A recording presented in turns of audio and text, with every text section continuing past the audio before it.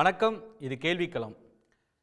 திமுக காங்கிரஸ் கூட்டணி தொடருமா, இந்தியா கூட்டணி நிலைக்குமா என்று பல்வேறு அச்சங்களும் சந்தேகங்களும் எழுப்பப்பட்ட சூழ்நிலையில் இன்று காங்கிரஸ் கட்சியின் சார்பாக திமுகவுடன் பேச்சுவார்த்தை நடத்துவதற்காக அதிகாரப்பூர்வமாக 5 பேர் கொண்ட குழுவை நியமித்திருக்கிறார்கள் வரக்கூடிய சட்டமன்ற தேர்தலுக்காக. இது விஜய்க்கு வைத்த அழைப்புக்கு தாவேகா கூட்டணிக்கு அழைத்ததற்கான நிராகரிப்பா, அதற்கு சொல்லப்படுகிற செய்தியா, திமுகவுடன் காங்கிரஸ் பேச 5 குழு, காங்கிரஸ் கூட்டணி கணக்கு யாருக்கு வலு சேர்க்கும், யாருக்கு பாதிப்பு, இதை பற்றி தான் நம்ம இன்றைக்கி விவாதிக்க இருக்கோம்.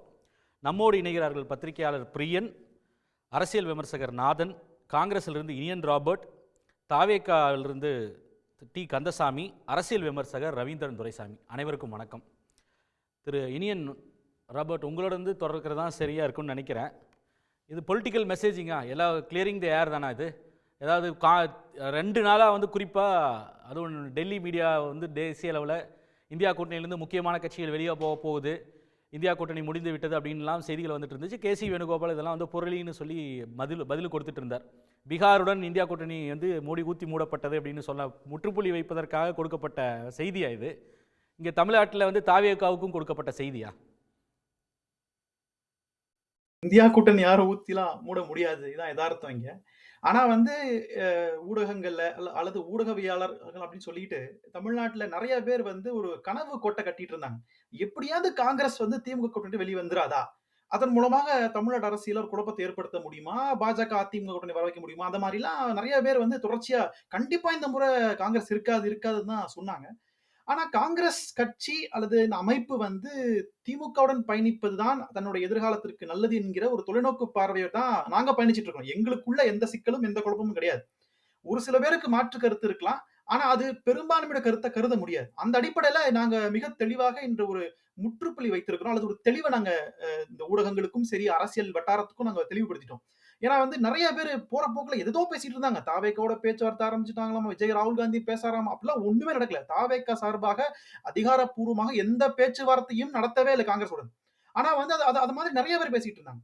நாங்க காங்கிரஸ் கட்சியை சார்ந்த எங்களுக்கு ஒரு தெளிவான ஒரு புரிதல் இருக்குது. திமுகவுடன் பயணிப்பதுதான் தமிழ்நாட்டுல ஒரு கொள்கை கூட்டணியாக அது மாறும். இது பீகார்ல ஆர்ஜேடியும் காங்கிரஸ் ஒரு ஸ்ட்ராட்டஜிக் அலையன்ஸ் மட்டும்தான், அது பெரிய அளவுல ஐடியாலஜிக்கல் அலையன்ஸ் கிடையாது.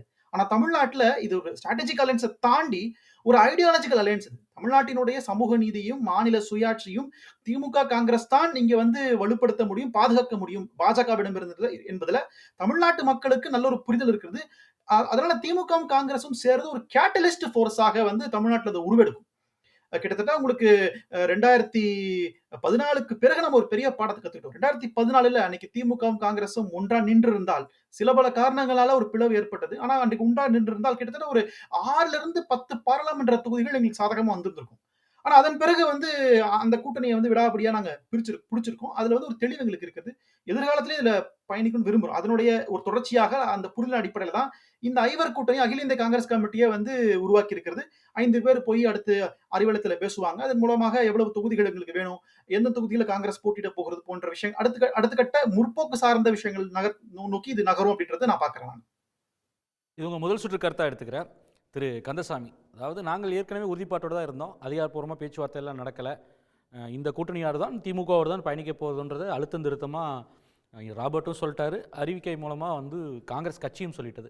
ஏன்னா நமக்கு நல்லாவே தெரியும், செல்வப்பிரந்தையை அறிவிப்பதற்கு முன்பே காலை 7:53க்கே முதலில் இதை அனௌன்ஸ் பண்ணவரே ப. சிதம்பரம் அவர்கள் தான், மூத்த காங்கிரஸ் தலைவர், காங்கிரஸ் காரிய கமிட்டியினுடைய பெர்மனன்ட் இன்வைட்டி. அப்போது தாவேகாவோடு பயணிப்பதில் அவருக்கு உடன்பாடு இல்லை. அவர் போன்ற மூத்த தலைவர்கள் தொடர்ந்து இந்த கூட்டணியாகத்தான் பயணிக்கணும் திமுகன்றதில் தான் உறுதியாக இருந்திருக்காங்கன்றது தான் புலப்படுது. இது ஒரு பெரிய ஏமாற்றமா தாவேகாவிற்கு? எங்களுக்கு என்ன ஏமாற்றம்? நாங்கள் எப்போதுமே இவர்கள் தான் எங்கள் கூட கூட்டணிக்கு வராங்கன்னு சொன்னதும் கிடையாது, கூப்பிட்டதும் கிடையாது. இப்போ நீங்கள் இன்னைக்கு சொல்கிறீங்க, நாங்கள் ஒரு 4 நாளைக்கு முன்னாடி எஸ்ஐஆருக்கு எதிராக ஆர்ப்பாட்டம் நடத்தும் போது எங்களுடைய துணை பொதுச் செயலாளர் திரு நிர்மல்குமார் அவர்கள் அன்னைக்கே கிளியர் பண்ணார், ஏன் உங்களுக்கு இவ்வளோ சந்தேகம், நாங்கள் யார் கூடயும் கூட்டணி நடத்தலை, கூட்டணி இது பேச்சுவார்த்தை நடத்தலை, முக்கியமாக காங்கிரஸ் கூட நாங்கள் பேச்சுவார்த்தை நடத்தலை, ராகுல் காந்தி பேசினார், அது சொல்கிறாங்க இது சொல்கிறாங்க, எல்லாமே சும்மா அப்படிங்கிறத ஏற்கனவே 2 நாளைக்கு முன்னாடி எங்களுடைய துணை பொதுச் செயலாளர் சொல்லியிருக்கிறாரு. தாவேகாவை பொறுத்தவரை அன்னையிலேருந்து இன்றைக்கி வர ஒரே நிலைப்பாடு தான், தாவேகா தலைமையில் கூட்டணி, எங்களுடைய தலைவர் தான் சிஎம் வேட்பாளர். எங்களோடு கூட்டணி வைக்கணும் அப்படின்னு நினைக்கிறாங்கன்னா அவங்க தலைமையை தொடர்பு கொள்ளலாம். தலைமை தீர்க்கமாக முடுக்கும். இன்னைக்கு வர யார் கூடயும் கூட்டணி பேச்சுவார்த்தை நடத்தலை. அதை திரு நிர்மல்குமார் அவர்கள் 2-3 நாளைக்கு முன்னாடியே தெளிவுபடுத்தி விட்டார். இன்னும் உங்களுக்கு தெளிவு தேவைப்பட்டிருக்கலாம். எங்களுடைய தெளிவு அன்னையிலிருந்து இன்னைக்கு வர தெளிவாக இருக்கும். இல்லை இது மூலமாக உங்கள் ஆப்ஷன்ஸ் வந்து நேரோ டவுன் ஆயிடுச்சா? இப்போ உங்களோட வரக்கூடிய வாய்ப்பு இருக்கக்கூடிய கட்சிகள், திமுகவுக்கு காங்கிரஸுக்கு ஒரு பிணக்கு இருக்குது, ஒரு பெரிய கட்சி தேசிய கட்சி வரும்ன்ற ஒரு எதிர்பார்ப்பு இருந்திருக்கலாம், எல்லா கட்சிக்கும் இருக்கிறது தான். அதை தாண்டி இப்போ வந்து ஒரு சில கட்சிகள் மட்டுமே உங்களோட வர முடியும். அதிமுக கூட்டணியிலிருந்து வெளியே போன ஓபிஎஸ், டிடிவி, அது போன்ற இந்த என்டிஏவிலிருந்து வெளியே போன சில கட்சிகள் இருக்குது. அவர்களும் இப்போ பீகாருக்கு அப்புறம் உறுதிப்படுத்த போகிறோன்னு சொல்லிட்டு இருக்காங்க. பாஜக ரொம்ப உத்வேகத்தோடு இருக்காங்க. அப்போ உங்களுக்கான ஆப்ஷன்ஸ் ரொம்ப குறைஞ்சிருச்சா? இல்லை, ஆப்ஷன் குறைஞ்சதாலாம் நாங்கள் பார்க்கல. ஆக்சுவலாக வந்து எங்களுடைய தலைமையில் கூட்டணி இல்லை, நாங்கள் தனியாக நிற்போம், எங்ககிட்ட யாரும் எதிர்பார்த்து வந்தாங்கன்னா இதை நாங்கள் செய்வோம் அப்படிங்கிறதான் சொன்னமே தவிர, எங்களுக்கு இங்கே வந்து ஏகோபத்த ஆதரவு இருக்குது. எங்களுக்கு தமிழகத்தில் நான் பொதுவாகவே செய்வேன். ஒரு நாளைக்கு ஒரு 20-30 பேர்கிட்ட பேசுவேன். பேசும்போது அவங்க வந்து எப்படி பேசுகிறாங்கன்னு தெரியும். அதனால் எங்களுக்கே நாங்கள் தனியாக நின்றாலே தனி மெஜாரிட்டி வரக்கூடிய அளவுக்கு எங்களுடைய செல்வாக்கு தமிழகத்தில் இருக்குது. அதனால் கூட்டணி என்பது இன்னும் காலம் இருக்குது. எங்களை பொறுத்தவரை அந்த காலத்தில் யார் வந்தாலும், எங்களை நம்பி யார் வருகிறார்களோ அவர்களை பார்த்து நாங்கள் அரவணைத்து செல்வோமே தவிர, நாங்கள் இதுவரை யாரிடமும் போய் கூட்டணிக்கு வாங்கன்னு கூப்பிட்டதே இல்லை. அதை ஏற்கனவே பல முறை எங்களுடைய தலைவர்கள் தெளிவுபடுத்தியிருக்காங்க. உங்கள் முதல் சுற்று கருத்தாக எடுத்துக்கிறேன். திரு பிரியன், அதாவது ஒரு தெளிவு பிறந்துருச்சா? திமுக கூட்டணியில் விரிசல் வந்துடும், இல்லை ஜோதிமணி அவர்கள் எங்களுக்கு வந்து புதியவர் கிடையாது விஜய் அப்படின்னு சொன்ன கருத்து, அதற்கு வந்த எதிர்வினை, இல்லை தொடர்ந்து அங்கங்கு ராஜேஷ்குமார் போன்றவர்கள் கன்னியாகுமரியில் இருக்கக்கூடிய காங்கிரஸ் தலைவர்கள் பேசியது, அப்புறம் அங்கொன்று இங்கொன்றுமாக இந்த செய்திகளுக்கெல்லாம் முற்றுப்புள்ளி வைக்கும் விதமாக இவர் சிதம்பரத்துடைய மெசேஜே தான், அதுக்கெல்லாம் புரளிகளுக்கு முற்றுப்புள்ளி வைக்கிறதுக்காகத்தான் இந்த அறிவிப்பு அப்படின்றத அவர் ரொம்ப தெளிவாகவே சொல்லிட்டார். கேட்டகாரிக்கலாம் இதுதான் நிலைப்பாடு, புரிந்து நடந்து கொள்ளுங்கள்ன்றது ஒன்று. அதற்கு வந்து ஒரு விஷயம். இன்னொன்று, தாவேகாவிற்கு ஆப்ஷன்ஸ் வந்து ரொம்ப குறைஞ்சதுனால இப்போ அவர்களுக்கு இருக்கக்கூடியது பெரிய கட்சிகள் வரக்கான வாய்ப்புகள் இல்லை. நான் சொன்னது போல் வந்து என்டிஏவோ இருந்து வெளியே போன கட்சிகள், இல்லை அதிமுகவினால் பாதிக்கப்பட்ட எடப்பாடியால் வந்து விரும்பப்படாமல் என்டிஏக்குள் செல்ல முடியாமல் இருக்கக்கூடிய டிடிவி தினகரன், ஓபிஎஸ் போன்ற ஒரு சில கட்சிகள் மட்டுமே இப்போ அவர்களுக்கு வாய்ப்பு இருக்கா? ஒரு கிளாரிட்டி வந்துருச்சா? அலையன்ஸில் எப்படி போக போகுதுன்னு ஒரு 4 கார்னர் கண்டஸ்ட்ன்றது உறுதியாயிடுச்சா? இல்லை விஜய் இன்னும் வந்து ஏடிஎம்கே பிஜேபி போகிறா, அப்படி கூட வாய்ப்பு இருக்கா? இல்லை, அதாவது வந்து பார்த்திங்கன்னா வந்து இந்த வதந்திகள், அதாவது வந்து காங்கிரஸ் விஜய் நோக்கி போகிறதோ இல்லை விஜய் காங்கிரஸ் நோக்கி போகிறதோ, இந்த வதந்திகள் எப்படி உருவாச்சு? ஆக்சுவலாக கரூர் சம்பவத்துக்கு அப்புறம் ராகுல் காந்தி விஜய்கிட்ட பேசினார் அப்படின்ற விஷயங்கள் வெளில வந்தது. உண்மையிலேயே பேசினாரா இல்லைன்றது இன்னும் அதிகாரப்பூர்வமாக அவங்க சொல்லலை, அதிகாரப்பூர்வமாக தெரியாது. அதுலேருந்து காங்கிரஸில் இருக்கிற சிலர் வந்து விஜயை வந்து ஒரு காரணமாக வச்சுட்டு திமுகட்ட அதிகமான ஒரு சீட் பார்கெயின் பண்ணுறதுக்காக எங்களுக்கு அதிகமான சீட் வேணும், அந்த காங்கிரஸ் மேல்நிலை பார்வையாளர் கூட 117 இடங்களில் போட்டி இருக்கக்கூடியவர், அந்த அளவுக்கு கூட நாங்கள் போட்டி போட முடியும்னா அவர் சொன்னார். அது அவங்க அதிக இடங்கள் அதிகாரத்தில் பங்கு போன்ற விஷயங்களை காங்கிரஸ் சட்டமன்ற தலைவர் ராஜேஷ்குமார் போன்றவர்கள்லாம் பேசினதை பார்த்தோம் நம்ம. அதே மாதிரி வந்து இந்த இவங்க கேஎஸ் அழகிரி போன்றவர்கள் பேசினது, அப்புறம் திருச்சி வேலுசாமி போன்றவர்கள் பேசினதெல்லாம் பார்க்கும்பொழுது ஏதோ வந்து விஜயோட வந்து காங்கிரஸ் வந்து ஏதோ நெருக்கமாக போகிற மாதிரியான ஒரு வாய்ப்பு இருக்குது அப்படின்ற மாதிரியான ஒரு தோற்றத்தை வந்து உருவாக்கினாங்க. ஆனால் இவர் சொல்கிற மாதிரி விஜய் தரப்புலேருந்து எந்த விதத்துலையும் காங்கிரஸோட நாங்கள் பேச்சுவார்த்தை நடத்திட்டு இருக்கோம் அவங்க சொல்லவே இல்லை. நிர்மல்குமார் என்ன சொன்னார், வதந்திகளுக்கெல்லாம் பதில் சொல்ல முடியாதுன்னு அந்த காங்கிரஸ் விஷயத்தை ஒரேடியாக அவர் க்ளோஸ் பண்ணிட்டார். அன்றைக்கி அந்த போராட்டம் நடந்த அன்றைக்கி அதை க்ளோஸ் பண்ணிட்டு போயிட்டார் அவர் ஆக்சுவலாக. அதனால் இதெல்லாம் வந்து காங்கிரஸ்காரர்களே உருவாக்கினார் ஆக்சுவலாக. இது வந்து அந்த எதுக்காக சார் காங்கிரஸ் போகணும் திமுக விட்டு, என்ன காரணத்தினால போகணும்? 2014 கூட்டணியில் இல்லை, 2016 வந்தாங்க, ரொம்ப சொற்ப 1% ஓட்டில் தான் ஆட்சி இழந்தாங்க அந்த கூட்டணி. அதுக்கு 2019 வெற்றி கூட்டணி, 21 வெற்றி, 24 வெற்றி. எதுக்காக வந்து திமுக கூட்டணி விட்டு போகணும்? என்ன அவசியம் வந்தது? விஜய்க்கு ஒரு செல்வாக்கு இருக்குது, அவருக்கு இத்தனை % ஓட் பேங்க் இருக்குன்னா அப்போது காங்கிரஸ் அதை பற்றி யோசிக்கிறதுக்கான வாய்ப்புகள் இருக்குது. அது வந்து 26 விஜய் எப்படிப்பட்ட ஸ்டாண்ட் எடுக்கிறாரோ, ஒரு தனியாக நிற்கிறாரோ, இல்லை வேறு யார் கூட சேராரோ, அதை பொறுத்து தான் நம்ம சொல்ல முடியும். அதனால் காங்கிரஸுக்கு வந்து நெசசிட்டியே கிடையாது, போய் வந்து விஜய்கிட்ட போகணுன்ற அவசியம் கிடையாது. இப்போது 3 எலெக்ஷன்ஸை தொடர்ந்து வெற்றியை பார்த்துட்டு இருக்கும்போது 9 பார்லிமெண்ட் உறுப்பினர்கள் தமிழ்நாட்டிலேருந்து போயிட்டு இருக்கும்போது 25 இடத்துல போட்டி போட்டு 18 இடங்களில் வின் பண்ணும்போது அவர்களுக்கான வாய்ப்புகள் பிரகாசமாக இருக்கும்போது வரப்போகிற எலெக்ஷன்ஸ்லேயும் திமுக வந்து ஒரேடியாக திமுகவுக்கு எதிராக மக்கள் வந்து திமுகவை தோற்கடிக்கிறதே தெரியணும்னு இருக்காங்கன்னா அந்த பாயிண்ட்லேயும் நான் வந்து கொஞ்சம் மாறுபடுறேன். திமுகவுக்கு எதிராக ஆன்டி இன்குபன்சி இருக்கான்னா அதிருப்தி இருக்குது, நான் இல்லைன்னா மறுக்க மாட்டேன். ஆனால் ஆட்சியை விட்டே தூக்கியே தீரணும்னு மக்கள் வெறுப்போடு இருக்காங்கன்னா அந்த நிலைமை இன்னும் வரல ஆக்சுவலாக. அது ஒரு வெறியோட ஹைகமாண்ட் ஏஐசிசியில் இருக்கக்கூடிய ஒரு ஸ்ட்ராங் பொலிட்டிக்கல் மெசேஜிங்கா தமிழ்நாடு காங்கிரஸில் இந்த கூட்டணியோட தான் போக போகிறோம், பேச்சுவார்த்தையை தொடங்குறோம், அதற்கேற்ற மாதிரி புரிஞ்சு நடந்துக்கோங்க. அதே போல் மித்த கட்சிகள் இது போன்ற கேசியங்களை பரப்பக்கூடியவர்களுக்கு, ரூமரை பரப்புறவங்களுக்கெல்லாம் செய்தி தானே இது, இனிமேல் வந்து இந்த கூட்டணி தான். இதை வந்து இந்த நிலைக்கு வந்து தேசிய தலைமையும் காங்கிரஸை தள்ளுனது பீகார் தேர்தலா என்ன? இந்த நிலையில் வந்து இப்போவே பேச்சுவார்த்தை நடத்த போகிறான்னு அறிவிக்க வேண்டிய தேவை என்ன இருக்குது? ஏன்னா இப்போ நாளைக்கே வந்து அவங்க முடிவு பண்ண போகிறதில்ல சீட்டு எவ்வளவோ இல்லை என்ன மாதிரியான உடன்படிக்கைன்றதுக்கெல்லாம் இன்னும் ரொம்ப காலம் இல்லை. அதாவது ஏப்ரல் மேல தான் எலெக்ஷன். இந்த மாதிரியான கபடி விளையாட்டு இருக்குல்ல, இதை வந்து திமுக தலைமை விரும்பல. ஆக்சுவலாக they want to take give us strict lesson. இந்த விஷயத்தை நிறுத்துங்க முதல்ல. இந்த மாதிரியான குழப்பத்தை வந்து உருவாக்காதீங்க. விஜய் கட்சியோட பேச்சுவார்த்தை இல்லை காங்கிரஸ் அங்கே போகும், இந்த மாதிரி விஷயங்கள்லாம் வரவே கூடாது. வந்தால் நம்ம கூட்டணி பலவீனமாகிறதுக்கான வாய்ப்புகள் இருக்குது. அதனால் DMK was very clear. DMK high command ரொம்ப கிளியராக இருக்காங்க. அவங்க they have conveyed the message.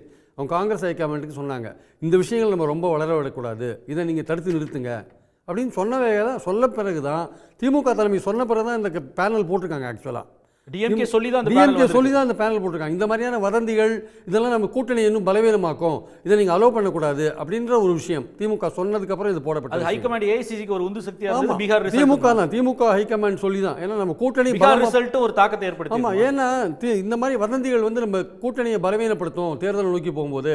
அதனால நீங்க வந்து ஒரு முடிவு எடுத்து நீங்க இது பண்ணுங்க, ஒரு ஸ்டெப் எடுங்க. அந்த ஸ்டெப்ல வந்து மக்கள் புரிஞ்சுக்கணும், காங்கிரஸ்காரங்களும் புரிஞ்சுக்கணும், திமுகவோட தான் காங்கிரஸ் போறதுன்றதை புரிஞ்சுக்கணும். அந்த மாதிரியான ஒரு ஸ்டெப்பை நீங்கள் எடுக்கணும்னு தான் திமுக ஹைகமாண்ட் சொல்லிட்டு. அது மட்டும் இல்லை, பீகார் எலெக்ஷன் ஒரு காரணம். பீகாரில் பாஜக வின் பண்ணது இருக்கு இல்லையா, அது வந்து தமிழ்நாட்டில் இருக்கிற திமுக தலைமையிலான கூட்டணிக்கு ஒரு ஸ்ட்ராங் மெசேஜை கொடுத்துருக்கு. என்ன மெசேஜ்னா, இன்னும் ஒற்றுமையாக இருக்கணும், இன்னும் நெருக்கமாக இருக்கணும், அங்கே இருக்கிற வெற்றி இங்கே தமிழ்நாட்டிலையும் தொடரும் பாஜக சொல்கிறாங்கல்ல, அந்த வெற்றியை நம்ம இங்கே அலோவ் பண்ணக்கூடாது. நம்ம ஒற்றுமையாக இருந்தால் தான், நம்ம கருத்து வேறுபாடுகள்லாம் இல்லாமல் நம்ம ஒற்றுமையாக ஃபைட் பண்ணால் தான் முடியும். இந்த மாதிரி காங்கிரஸ் இந்த மாதிரியான குழப்ப நிலையை உண்டாக்கக்கூடாது. ஸோ நம்ம இன்னும் மேலும் அது ஆக்சுவலாக பீகாருடைய அந்த பாஜக வெற்றி தமிழ்நாட்டில் உள்ள திமுக கூட்டணியை மேலும் நெருக்கமாக்கியிருக்கு, இன்னும் நெருக்கமாக்கியிருக்கிறது என்பது என்னுடைய கருத்து. நான் அதை முதல் சுற்று கருத்தை எடுத்துக்கிறேன். திரு ரவீந்திரன் துரைசாமி, பீகாரினுடைய ரிசல்ட் வந்து ஒரு ரியாலிட்டி செக் கொடுத்துருக்கு. இன்னும் வந்து ஹார்மனி இருக்கணும்.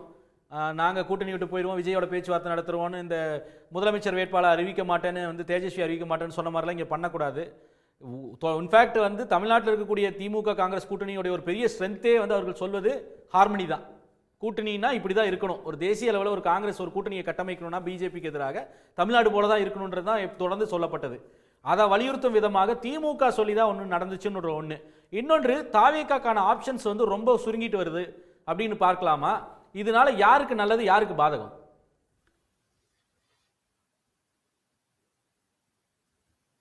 முடிஞ்சதும் தமிழக முதல்வர் திமுக தலைவர் மு.க. ஸ்டாலின் அவர்கள் கொடுத்த அறிக்கையின் நுண்பொருளை உணர்ந்து சகோதரர் பிரியநாத தெளிவாக சொன்னார். அதுக்கு காங்கிரஸ் தலைமை ரியாக்ட் பண்ணியிருக்கிறாங்க. அவங்க பீகாரில் பண்ணது மாதிரி கடைசி வர குழப்பம், சில தேஜஸ்வி யாதவ முதலமைச்சராக அறிவிக்காதல உள்ள சிக்கல், இதெல்லாம் வந்து ஒரு பாதிப்பை ஏற்படுத்தியிருக்கிற என்பதை வந்து தமிழக முதல்வர் தன் அறிக்கையில் மறைமுகமாக சுட்டி காட்டினதில் காங்கிரஸ் தலைமை வந்து ப்ரூடண்டாக அதை உணர்ந்திருக்காங்க. அதன் அடிப்படையில் தமிழ்நாட்டில் இந்த அலையன்ஸு வந்து கண்டினியூ ஆகும்ங்கிறத வந்து தேர்தலுக்கு ரொம்ப நாட்களுக்கு முன்பாகவே தெளிவாக வந்து நீங்கள் சொன்ன மாதிரி ஒரு ஹார்மனி, ஒரு கெமிஸ்ட்ரி ஒழுங்காக அதில் இருக்கணுங்கிற அடிப்படையில் காங்கிரஸ் தலைமை இதை அறிவிச்சிருக்காங்க. உள்கட்சி காங்கிரஸ் அரசியலுக்குள்ள இது சகோதரர் செல்வ பெருந்தகைக்கு திமுக காங்கிரஸ் கூட்டணி தெளிவாக தொடர்ந்து என்ற கருத்தை வலியுறுத்தி வந்த செல்வ பெருந்தகைக்கு இது மக்களவை தேர்தல் முடிஞ்சாச்சு, நமக்கு இதில் என்ன பெரிய ஸ்டேக்ஸ் இருக்குன்னு நினச்ச ஜோதிமணி, மாணிக் தாகூர் போன்ற அண்ணா காங்கிரஸ் தலைவர்களுக்கு இடையில் செல்வ பெருந்தையோட கருத்துக்கு வந்து பெரிய வலு சேர்த்திருக்கு. இதற்கு மல்லிகார்ஜுன கார்கேயும் ராகுல் காந்தியும் வந்து முக்கிய காரணம். ஸ்டாலினுக்கு அறிக்கையின் பின்விளைவாக தான் இதை எடுத்திருக்காங்க. இந்த அணியை பொறுத்தவரையில் அவங்க 3 எலெக்ஷனில் தொடர்ந்து காம்பினேஷன் கெமிஸ்ட்ரியில் வெற்றி பெற்ற அணி. அதில் வந்து மேஜர் பார்ட்னர் டிஎம்கேனாலும் ஒவ்வொருத்தரும் ஒரு கேட்லிஸ்டாக காங்கிரஸ், விசிகா எல்லாருமே வந்து கான்ட்ரிபியூட் பண்ணுறாங்க. இதில் திமுக அணியில் 2வது பெரிய கட்சியான பிரதான கட்சியான காங்கிரஸ் திமுக கூட தன்னுடைய கூட்டணியை உறுதி செய்திருப்பது இந்த அணியோட ஒரு கட்டுக்கோப்பையும் இதோட கெமிஸ்ட்ரியையும் 3 முறை ஸ்டேச்சுரேட்டட் ஓட்ஸ்னு ஒரு 45-46 விழுக்காடு வாக்குக்கு எதிராக ஒரு ஸ்டேச்சுரேட்டட் ஓட்ஸு உள்ள இந்த அணி வந்து மீண்டும் இதில் வெற்றி பாதையில் செல்வதற்கான வாய்ப்புகள் இருக்குங்கிறத அவங்க உறுதிப்படுத்தியிருக்காங்க. இதில் குழப்பங்களும் இதில் வந்து ஒரு மியூச்சுவல் மிஸ்டர்ஸும் வந்தால் அணியோட வெற்றிக்கு அது பாதிப்பை ஏற்படுத்துங்கிறத காங்கிரஸ் தலைமை உணர்ந்து இதை செயல்படுத்தி இருக்கிறாங்க. இந்த முடிவு வந்து இண்டி கூட்டணி, இந்தியா கூட்டணியில் உள்ள அனைத்து கட்சிகளுக்குமே நன்மை பயக்கக்கூடிய ஒரு முடிவு தான். காங்கிரஸ் அதுல வந்து திராவிட முன்னேற்ற எதிர்பார்ப்பு இருந்தது. டிவிகே வந்த கூட்டணி உருவாச்சுன்னா கேசி வேணுகோபால் புஷ் பண்றாரு, இங்க இருக்கக்கூடிய இளம் எம்பிக்கள் நீங்கள் சில பேரையே சொல்லிவிட்டீங்க, ஜோதிமணி, மாணிக் தாக்கூர் போன்றவர்கள்லாம் புஷ் பண்றாங்க. அவர்கள்லாம் வந்து காங்கிரஸோட கூட்டணி இது டிவிக்கு கூட்டணி போவதனால கேரளாவில் அதற்கான வாய்ப்புகள் பெருகும்னுலாம் சில ஆர்வங்கள்லாம் சொல்லப்பட்டது. கேரளாவில் வந்து ரசிகர்கள், நடிகர்களை வந்து எப்படி ஏற்கிறாங்கன்றது ரெண்டாவது. ஆனால் அதெல்லாம் சொல்லப்பட்டது. அப்போ டிவிகேவுக்கு இதனால என்ன மாதிரியான தாக்கங்கள் வரும் இந்த காங்கிரஸ் உறுதி செய்யறதுனால? டிவிகே பொறுத்தளவில் அதோட செய்தி தொடர்பாளர் சகோதரர் சொன்னது மாதிரி வெளிப்படையா டிவிகேல இருந்து எந்த கமிட்மெண்ட்டும் கிடையாது. ஆனால் ஒரு சில விஷயங்கள்ல ராகுல் காந்திக்கு ஆதரவான சில நிலைப்பாடுகளை, காங்கிரஸுக்கு ஆதரவான சில நிலைப்பாடுகளை எக்ஸ்தலத்தில் விஜய் பதிவிட்டார். அதையும் தாண்டி டிவிகே தொடர்பான வதந்திகள் தமிழக ஊடகத்தில் காற்றடைத்தப்பட்ட பலூன் மாதிரி மிகப்பெரிய அளவில் அந்த வதந்திகள் வந்து திட்டமிட்டே திராவிட முன்னேற்ற கழகத்துக்கு எதிராகவே அது பெரிய அளவில் வந்து திமுக எதிர்ப்பு உணர்வு கொண்டவர்களால் பெரிய அளவில் பரப்பப்பட்டது. இன்னைக்கு அகில இந்திய காங்கிரஸ் கமிட்டியின் முடிவின் மூலமாக அந்த வதந்திகள் எல்லாம் வெறும் வதந்திகள் தான். அன்டெஸ்டட் நாட் ப்ரூவ்டு ஒரு பார்ட்டி கூட வந்து காங்கிரஸ் வந்து கூட்டணி தொடர்பாக எந்த முடிவும் எடுத்து அவர்களை நோக்கி பயணிக்கிறதற்கு தயார் இல்லைங்கிறத காங்கிரஸ் கட்சி வந்து தெளிவுபடுத்தி இருக்கிறாங்க. வெற்றி கூட்டணியில் அந்த காம்பினேஷன் கெமிஸ்ட்ரி தொடரணுங்கிறத தான் காங்கிரஸ் வந்து உறுதிப்படுத்தியிருக்காங்க. இனிமேல் இது தொடர்பான வதந்திகள் வந்து தாவேக்காவுக்கு வந்து ஒரு பப்ளிசிட்டி கொடுக்கறது வந்து சற்று நிறுத்தப்படும் என்று தான் கருதுகிறேன். இவர் தாவேக்கா அந்த மறுப்பை தெரிவித்தது கூட இந்த வதந்திகள் கொடிகட்டு பறந்த காலகட்டத்திலே அவங்க தெரிவிச்சிருக்கலாம். நிர்மல்குமார் ரொம்ப லேட்டாக டெல்லி கிளைமேட்டை தெரிஞ்சுக்கிட்டு தான் அந்த மறுப்பை தெரிவித்ததாக நான் உணர்கிறேன். இது வந்து ஒரு குறுகிய 2-3 மாதங்களாக பிரபல தின இதழ்களில் வந்து திட்டமிட்டே வதந்தியாக பரப்பப்பட்டதை தான் நான் பார்க்குறேன். கேரளாவில் விஜய்க்கு செல்வாக்கு இருக்குது, ஆந்திராவில் இருக்குது, பீகாரில் இருக்குன்னு எல்லாம் சொன்னாங்க. பீகார்லலாம் விஜய்க்கு அபிமானம் கொண்டவங்க இருக்கலாம், அவருடைய நடிப்பை ரசிக்கக்கூடியவங்க, டான்ஸை ரசிக்கக்கூடியவங்கெல்லாம் இருக்கலாம், அதில் மறுப்பதற்கில்லை. அவருக்கு வாக்கு எங்கேயும் இருக்குன்னு எந்த இடத்துலையுமே நிரூபிக்கப்படலை. அவர் வந்து 2024ஆம் ஆண்டு மக்களவை தொகுதியில் களம் கண்டிருப்பார்னா அவருக்கு பலம் என்னன்னு தெரிஞ்சிருக்கும். கட்சியே ரெஜிஸ்டர் பண்ணாமல் சிஏ எதிர்ப்புங்கிற ஒரு புள்ளியை எடுத்தார். அடுத்தபடியாக இடைத்தேர்தலும் அவர் களத்தோடு நிற்கல. ஒரு விஷயம் என்னன்னா, அவர் இந்த எஸ்ஐஆர் எதிர்ப்பு போன்றதெல்லாம் கொள்கை எதிர்ப்பில் உறுதியாக இருக்கிறதுனால நாளைக்கு காங்கிரஸே கூட திமுக அணிக்குள்ள நீங்கள் ஸ்டாலின் முதல்வருங்கிறத ஏற்படுத்தி வாங்கன்னு ஒரு ஆஃபரை உண்மையிலே ராகுலுக்கும் இவர் விஜய்க்கும் நட்பு இருந்தால் ஒரு ஆஃபரை கொடுக்கலாம். அதை ஏற்றுக்கொள்ளாததும் வந்து கொள்கை எதிரியை தோற்கடிக்க தான் முதன்மையானது என்று முடிவெடுத்து ஏற்றுக்கொள்ளாததும் விஜய்க்கு விருப்பம். திமுக மூலமாக ஒரு ஆஃபர் ராகுல் காந்தி வழியாக போகிறதுக்கு வாய்ப்பு இருக்குது. அதனால தான் நாம் தமிழர் சீமான் போன்றவர்கள்லாம் ஏன் நீங்கள் கரூர் விஷயத்தில் 305 ஆக்சிடென்ட் கேஸில் அக்யூஸ்டா போடுற மாதிரி விஜய் ஏன் அக்யூஸ்டா போடலைங்கிற கருத்துக்களையும் முன்வைக்கிறாங்க. அது மட்டுமல்ல, விரும்ப மாட்டாருங்கிற ஒரு இதையும் பார்க்கும்போது திமுக பேசுவோம். அடுத்த சுற்றுல விரிவா பேசுவோம், இதை பற்றி பேசுவோம். திரு நாதன், அதாவது வந்து இது வந்து ஒரு ஆன்டி டிஎம்கே எலமெண்ட்ஸ், அதாவது டிஎம்கே எதிர்ப்பு நிலையில் இருக்கக்கூடியவர்கள் தொடர்ந்து ஊதி பெரிய ஒரு பலூன் அது இப்போ வெடிக்க ஆரம்பிக்குது அப்படின்றது தான் அவர் சொல்லக்கூடிய விஷயமா இருக்கு. இன்னொன்று வந்து நாளை ஒருவேளை விஜய்க்கு வந்து காங்கிரஸ் ராகுல் காந்தி மூலமாக ஒரு ஆஃபர் வைக்கலான்ற ரொம்ப ஒரு லாங் ஷாட்டு, அப்படி ஒரு வாய்ப்பு கூட இருக்குன்ற ஒரு விஷயத்த சொல்கிறார். நிர்மல்குமார் வந்து இதுதான் இங்கே தான் போய் சேரும் என்பதை உணர்ந்து தான் ரொம்ப லேட்டாக அந்த மறுப்பை தெரிவிக்கிறார். இத்தனை நாள் அமைதியாக இருந்தார்ன்ற ஒரு விஷயத்தையும் பதிவு பண்ணுறார். அப்போது முடியாது, இனிமேல் வரமாட்டார்கள் என்று தெரிந்த நிலையில் வந்து தாவேக்கா கிளாரிஃபை பண்ணுதான்றது ஒன்று. ஃப்யூச்சரில் இருக்கான்றதை அது பேச வேண்டியது. முக்கியமானது வந்து இதை திமுக எதிர்ப்பை வெளிப்படுத்தக்கூடிய காங்கிரஸ்காரர்களுக்கு போட்ட வாய்ப்போட்டு இல்லை, அதை விட ரொம்ப முக்கியமான இதில் பார்க்குறது ஸ்டாலின் அவர்கள் பீகார் தேர்தல் முடிவு வந்ததுக்கப்புறம் போட்ட மெசேஜ் ஆங்கிலத்தில் மட்டும் போட்டிருந்தார். அதில் வந்து கடைசி ஓட்டு எண்ணும் வரை விழிப்போடு இருக்கணும், டெலிவரி ஆஃப் வெல்ஃபேர், மக்கள் நல திட்டங்கள் கொடுப்பது, ஸ்ட்ராட்டஜைசிங் எவ்வளோ முக்கியம், எதிர்வரும் சவால்களை வந்து இணைந்து சந்திப்பது ரொம்ப அத்தியாவசியம்னு ஒரு லோடட் பொலிட்டிக்கல் மெசேஜ். இதற்கு முன்பே கூட நம்ம அதை பேசியிருக்கோம். அப்போது அது கொடுத்த அவர் போட்ட பதிவு இருக்கு இல்லையா, அதனுடைய தாக்கம் தான் வந்து காங்கிரஸை வந்து தூங்கிட்டு இருந்த காங்கிரஸை வெளிநிற்க செஞ்சிருக்கா, அதனுடைய எதிரொலி தான் இதுவா? இல்லை, இந்த விழிப்புணர்வு என்பது வந்து இந்த பீகார் தேர்தலோட மட்டும் அது வரல. என்றைக்கு வந்து மோடி அமித்ஷா அவங்க வந்து 2014 ஆட்சியை பிடிச்சாங்களோ அன்றிலிருந்து 11 ஆண்டுகள் இந்தியாவில் என்னெல்லாம் நடக்குது, அந்த இந்தியாவில் வந்து எதிர்க்கட்சிகளே இல்லாத ஒரு நிலை ஏற்பட வேண்டும். இப்போ பாஜக தலைவர்கள்லாம் பிரச்சாரத்தின் போது காங்கிரஸ் வந்து அழிக்கணும் அப்படின்னு வந்து பேசிக்கிட்டு இருக்காங்க. காங்கிரஸ் முக்து பாரத் அப்படி பேசிகிட்டு இருக்கிறாங்க. அதே போல் இங்கே இருக்கக்கூடிய அரசியல் சாசன அமைப்புகளை வந்து சீர்குலைப்பது, அது கடைசியாக இப்போ தேர்தல் கமிஷனுடைய SIR வரைக்கும் வந்துக்கிட்டு இருக்குது. நீங்கள் ராகுல் காந்தியினுடைய பிரச்சாரத்தை பார்த்தீங்கன்னா 2014 இப்போ 2025 வரைக்கும் பிஜேபி இந்த நாட்டினுடைய அரசியல் சாசனத்தை அழிக்கப் போகிறது, ஒடுக்கப்பட்ட மக்கள் பெற்ற அந்த சமூக நீதி உரிமைகளை இழக்கப் போகிறது, இதை ஒட்டி தான் பிரச்சாரம் பண்ணார். இந்த நிர்பந்தம் காரணமாக தான் இந்தியா கூட்டணி என்பதே உருவானது. அந்த இந்தியா கூட்டணி உருவானதற்கு வந்து திமுகவும் ஒரு முக்கியமான காரணம். திமுக அந்த கொள்கைகளை இங்கே செயல்படுத்தி கொண்டிருக்கிறது, அதை வந்து பாஜக வந்து எதிர்க்குது. அதனால் இவங்களுக்குள்ள பாண்டிங் அப்படின்றது வந்து கடந்த 10 ஆண்டுகளாகவே உறுதி அடைஞ்சிருக்குது. மற்ற ஸ்டேட்டை விட தமிழ்நாட்டில் அது வந்து இன்னும் அந்த ஹார்மோனி ஒத்திசைவு என்பது மிக அதிகமாக இருக்கிறது. இப்படி இருக்கிற சூழலில் திமுகவினுடைய கூட்டணியை துண்டித்து கொண்டு காங்கிரஸ் வந்து தாவேகாவுக்கு போவதற்கு எந்த அடிப்படையும் இல்லை, கொள்கை அடிப்படையும் இல்லை, அல்லது அவங்களுடைய அரசியல் இலக்குன்னு வைத்துக்கொண்ட அந்த அடிப்படையும் வந்து அதற்கு சுத்தமாக வந்து இல்லை அப்படின்னே சொல்லலாம். சின்ன இடையூறு தான். 24 பாராளுமன்ற தேர்தலுக்கு முன்பு பாஜகவோடு அதிமுக கூட்டணியை முறிச்சதுக்கப்புறம் காங்கிரஸ் எங்களோட வந்துடும், விசிகே வந்துடும், ராகுல் காந்தி எடப்பாடி பழனிசாமியோடு பேசிவிட்டார் தொலைபேசியில் அப்படின்ற செய்திகள்லாம் வந்துச்சு.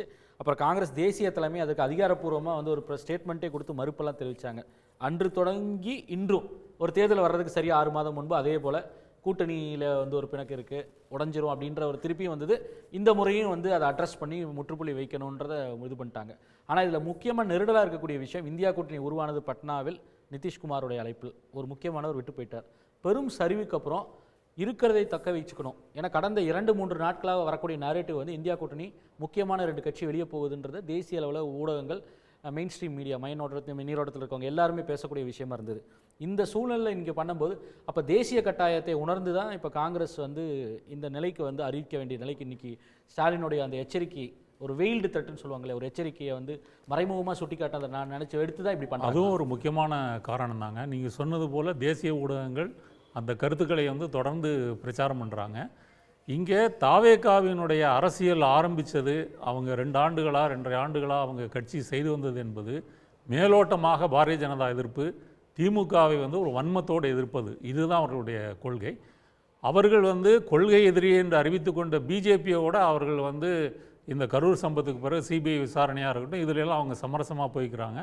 அவங்க சொல்வது போல் கொள்கை எதிரியை வந்து தீவிரமாகலாம் எதிர்க்கலை. இப்போ காங்கிரஸ் வந்து திமுகவை துண்டித்து கொண்டு தாவேகாவோட எந்த அடிப்படையில் கூட்டணி வைக்க முடியும்? தாவேகாவினுடைய கொள்கை என்ன, அவர்களுடைய இதுவரைக்கும் அவங்க செஞ்சிட்டு இருக்கிற விஷயங்கள் என்ன, அதை பரிசீலித்து பார்க்கும்போது அவர்கள் போவதற்கு எந்த அடிப்படையும் இல்லை. இப்போ காங்கிரஸ் அதை உணர்ந்திருக்குன்றீங்க? கண்டிப்பாக உணர்ந்து. பிஜேபி எதிர்ப்புல தாவேகா உறுதியா இல்லை, உறுதியாக பாராட்டுறாங்கன்றீங்க? ஆமாம், கண்டிப்பாக அது வந்து காங்கிரஸுக்கு மட்டும் இல்லை, திமுகவில் இருக்கக்கூடிய கூட்டணியில் இருக்கக்கூடிய எல்லா கட்சிகளுக்குமே அது வந்து நன்றாக தெரியும். அது விசிகாவாக இருக்கட்டும், கம்யூனிஸ்டுகளாக இருக்கட்டும், மதிமுகவாக இருக்கட்டும், எல்லாருக்குமே அவங்களுக்கு தெரியும். இப்படி இருக்கும்போது அது சேர வேண்டிய அவசியம் இல்லை.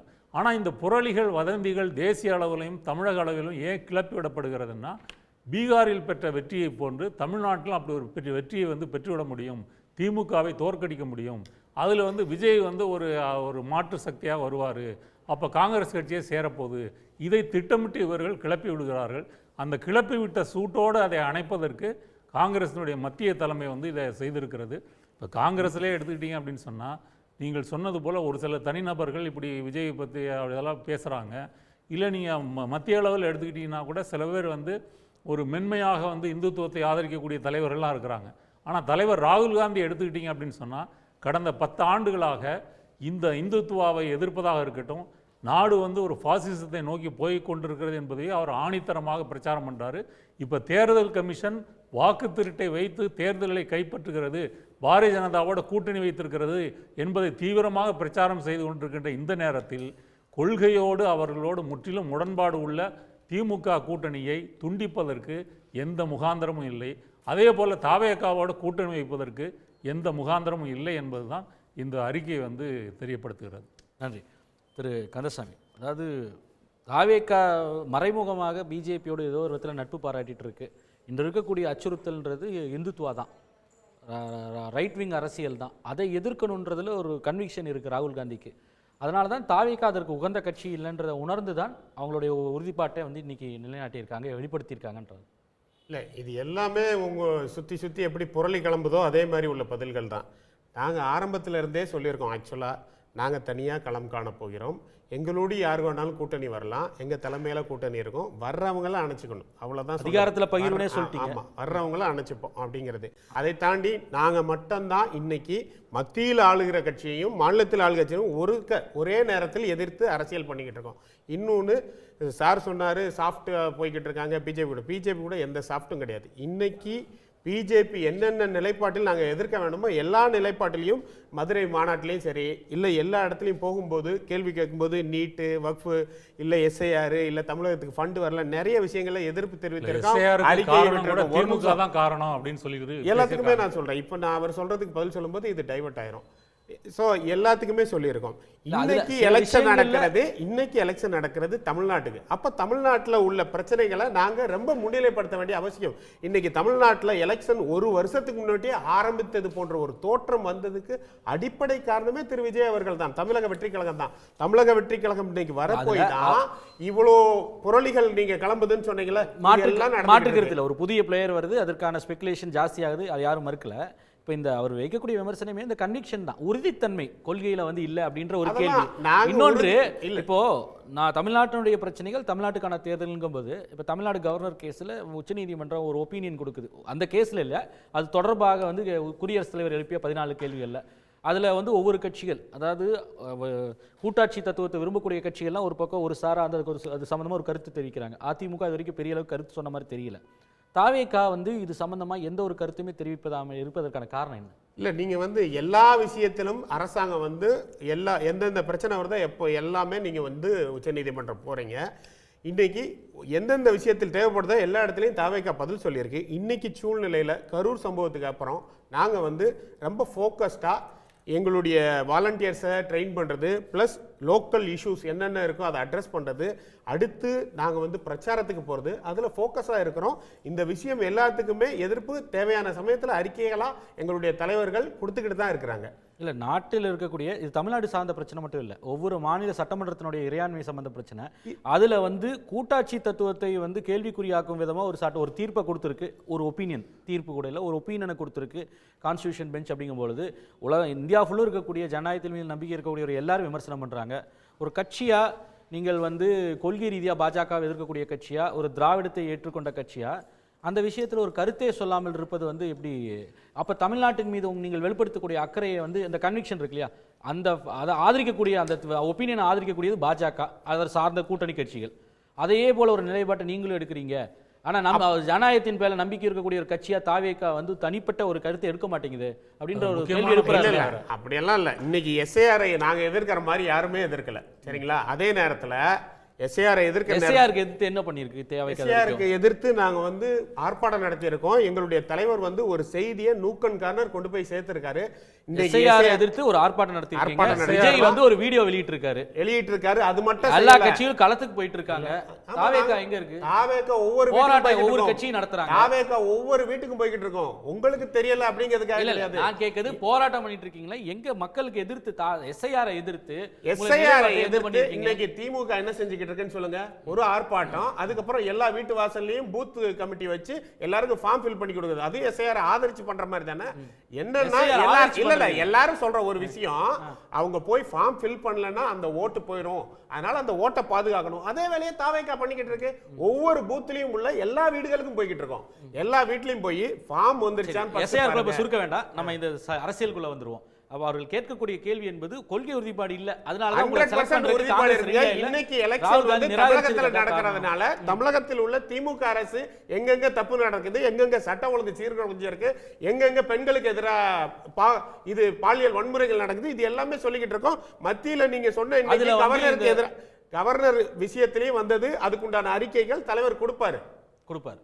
திரு பிரியன் அவங்க தலைவர் கொடுப்பார், அறிக்கை வரும்.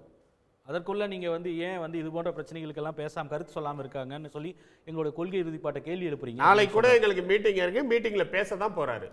இல்லை, ஒரு அரசியல் கட்சின்னு ஆரம்பித்த பிறகு சில பொது பிரச்சனைகள் வரும்பொழுது, மாநில நலன்கள் பாதிக்கப்படும் பொழுது இல்லை வேறு ஏதாவது மக்கள் நலன் பாதிக்கப்படும் போது ஒரு அரசியல் கட்சி ரியாக்ட் பண்ண வேண்டியது வந்து காலத்தின் கட்டாயமாக நான் பார்க்குறேன்.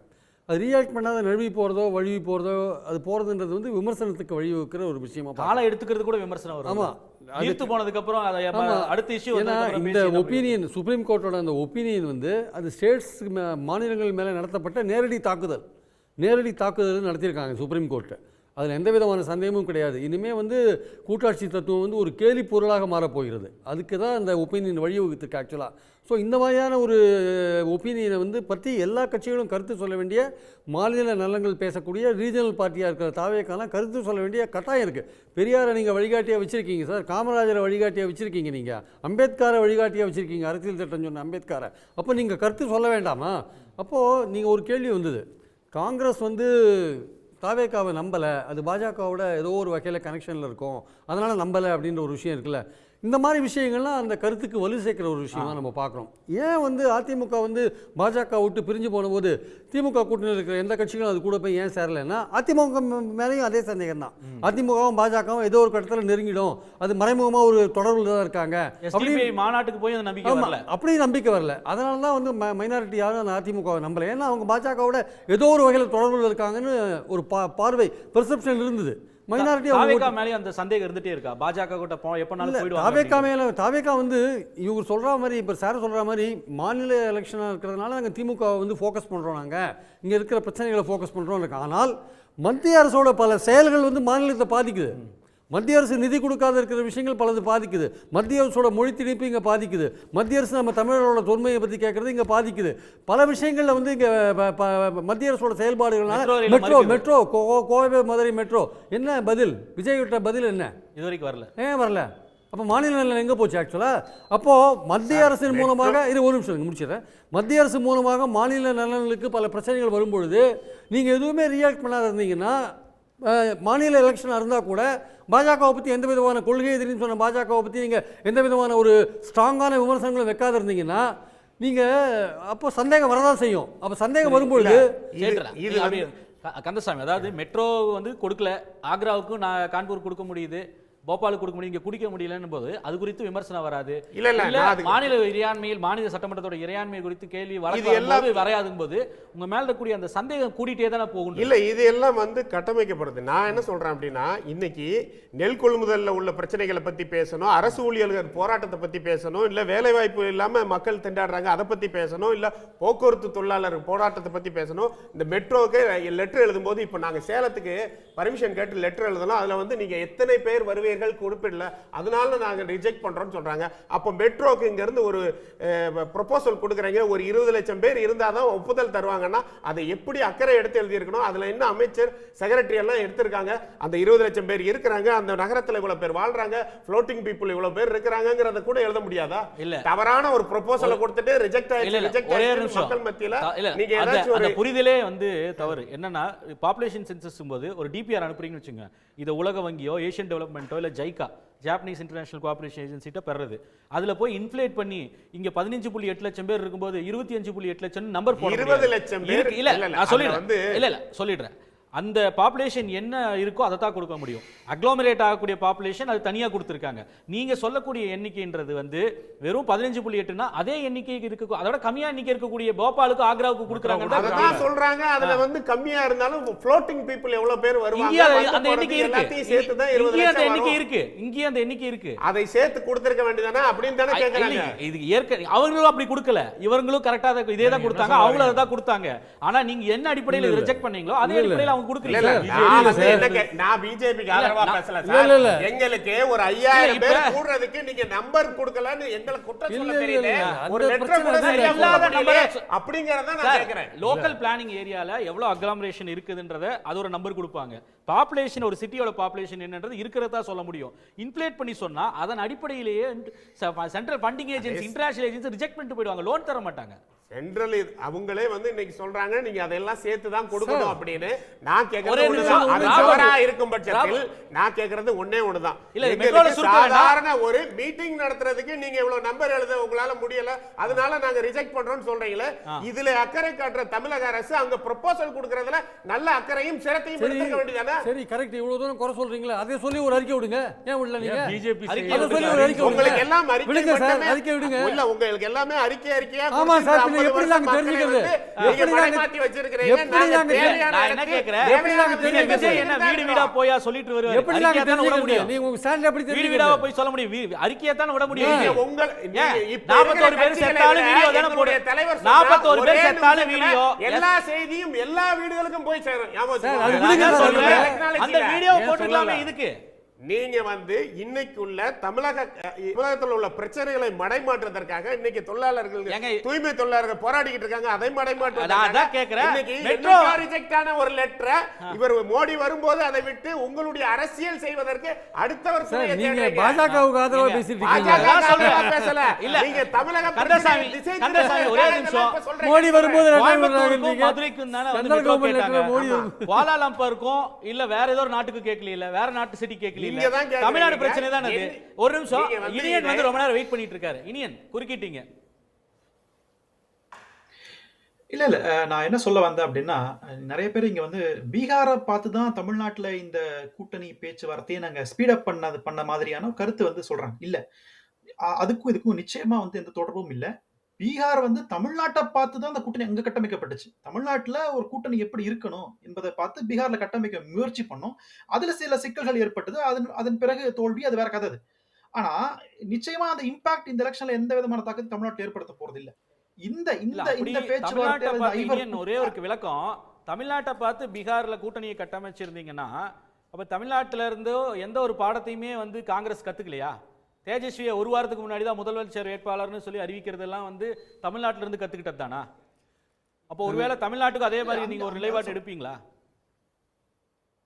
இல்ல தமிழ்நாட்டுல இங்க எப்படி ஒரு கொள்கை கூட்டணி இருக்கிறதோ அந்த மாதிரி இங்க கட்டமைக்கணும்னு நினைச்சாங்க. அதுல சில தவறுகள், சில ஃபிளாஸ் இருந்தது. நான் அதை மறுக்கவே இல்லை. நான் அந்த கடைசியில சீட் ஷேரிங்கா இருக்கட்டும், அல்லது முதலமைச்சர் வேட்பாளராக தேஜஸ்வி அறிவிக்கிறதாகட்டும், அங்க இருக்கிற பீகார் காங்கிரஸுக்கும் ஆர்ஜேடிக்கும் சில தயக்கங்கள். ஏன்னா இது பழைய பகை, இது சோசியலிஸ்ட் கட்சி ஆரம்பிச்சுல இருந்து பழைய பகைகள் வந்து அவங்க இப்போ அதை கொண்டு சேர்க்கிறதுல சில சிக்கல் இருந்தது. அதை மறுக்கவே இருந்தாங்க.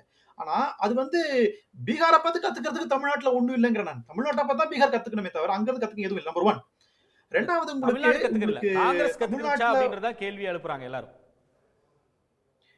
இல்ல காங்கிரஸ் வந்து சார் பீகார் தமிழ்நாட்டுல இருக்கிற மாதிரியான பிரச்சனை வேற வேற எங்க உங்களுக்கு இருக்கீங்க? இங்க வந்து ரொம்ப கம்ஃபர்டபிள் அலைன்ஸ் இங்க எங்களுக்கு கன்ஸ்ட்ரக்ட் பண்ணிருக்கோம் இங்க.